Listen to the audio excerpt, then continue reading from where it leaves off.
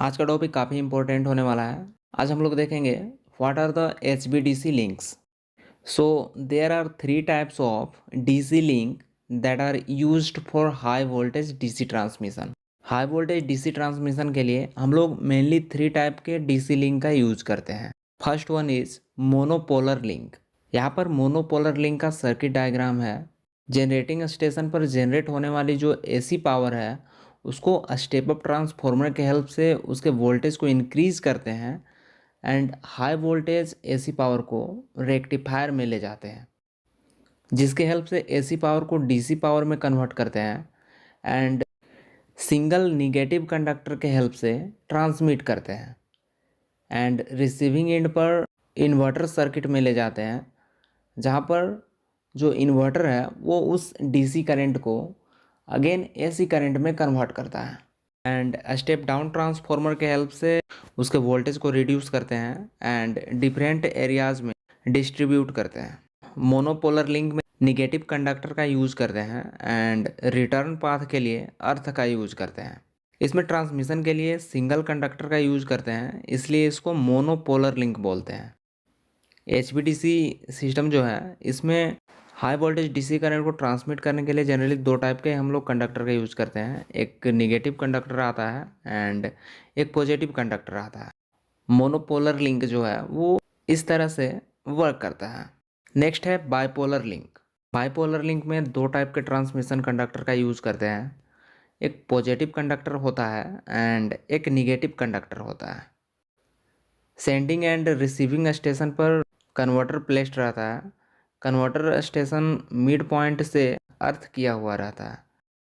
Generating station पर AC current को step up transformer के हेल्प से उसको वोल्टेज को इंक्रीज करके कन्वर्टर 1 में ले जाते हैं, जहाँ पर रेक्टिफायर सर्किट के हेल्प से AC करंट को DC करंट में कन्वर्ट करते हैं एंड लाइन कंडक्टर के थ्रू रिसीविंग स्टेशन तक ट्रांसमिट करते हैं।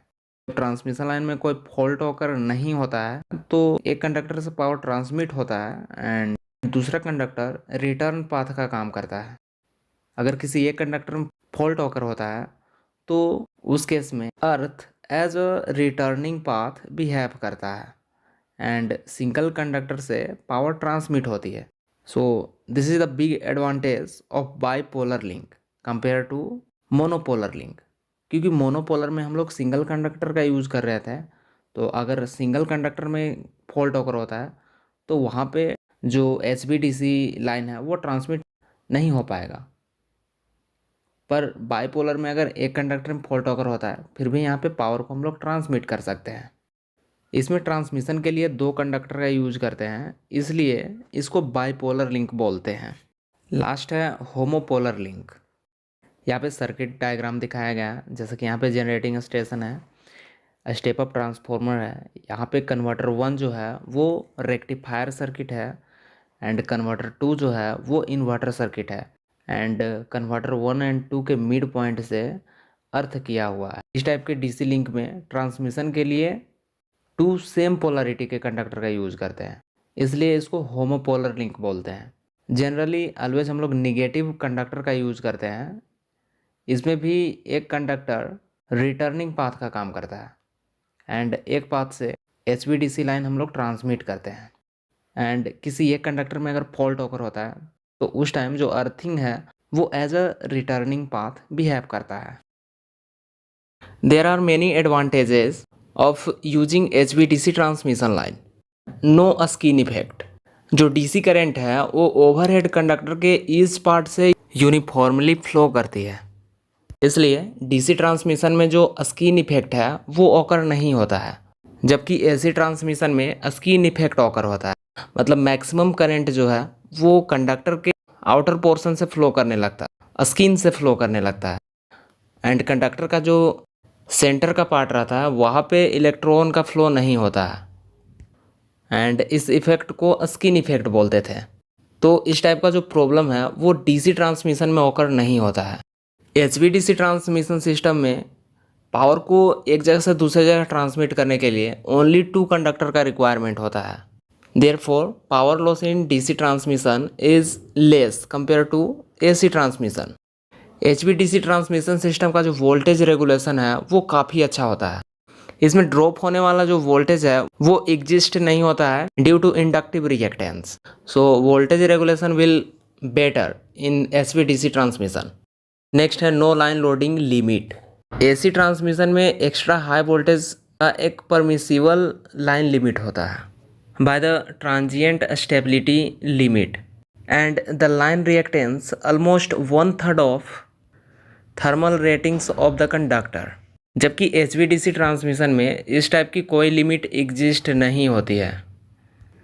इसमें corona loss and radio interface काफ़ी कम होता है since corona loss is directly proportional to frequency. मतलब फ्रीक्वेंसी जितना ज़्यादा होगा कोरोना लॉस भी उतना ही ज़्यादा होकर होगा। जबकि DC ट्रांसमिशन का जब हम लोग यूज़ करते हैं तो DC लाइन में कोई फ्रीक्वेंसी नहीं होता है, वो फ्रीक्वेंसी लेस होती है। इसमें कंडक्टर के ऊपर जो इंसुलेशन रहता है वो कुछ इस तरह से डिज़ाइन किया जाता है ताकि एक्स्ट्रा हाई वोल्टेज इससे ट्रांसमिट किया जा सके depending on the switching surges, not on lightning surges. Switching surges ज़्यादा सेवर होता है compare to lightning surges. Switching surges का जो लेवल है वो DC लाइन में लेसर होता है compare to AC line, hence less insulation is required in DC line. Next है reactive power compensation. AC transmission system के तरह DC ट्रांसमिशन सिस्टम में किसी टाइप का रिएक्टिव पावर कंपेंसेशन का रिक्वायरमेंट नहीं होता है। This is because of the absence of charging current and power factor operations. जब DC लाइन में शॉर्ट सर्किट ऑकर होता है तो उस टाइम जो फॉल्ट करंट है उसका वैल्यू लेसर होता है compare to AC line. So we can say HVDC system is better. HVDC transmission system का जो रिलायबिलिटी है वो ग्रेटर होता है।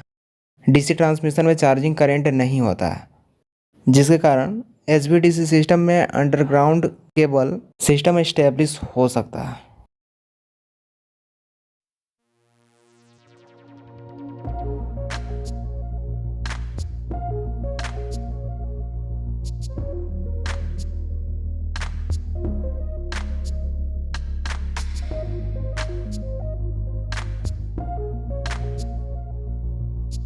तो इस तरह से कोई भी टॉपिक को अगर आप इजी वे में समझना चाहते हैं तो चैनल को सब्सक्राइब कर लें और बेल आइकन को भी प्रेस कर लें ताकि वीडियोज आप तक पहुंच सके।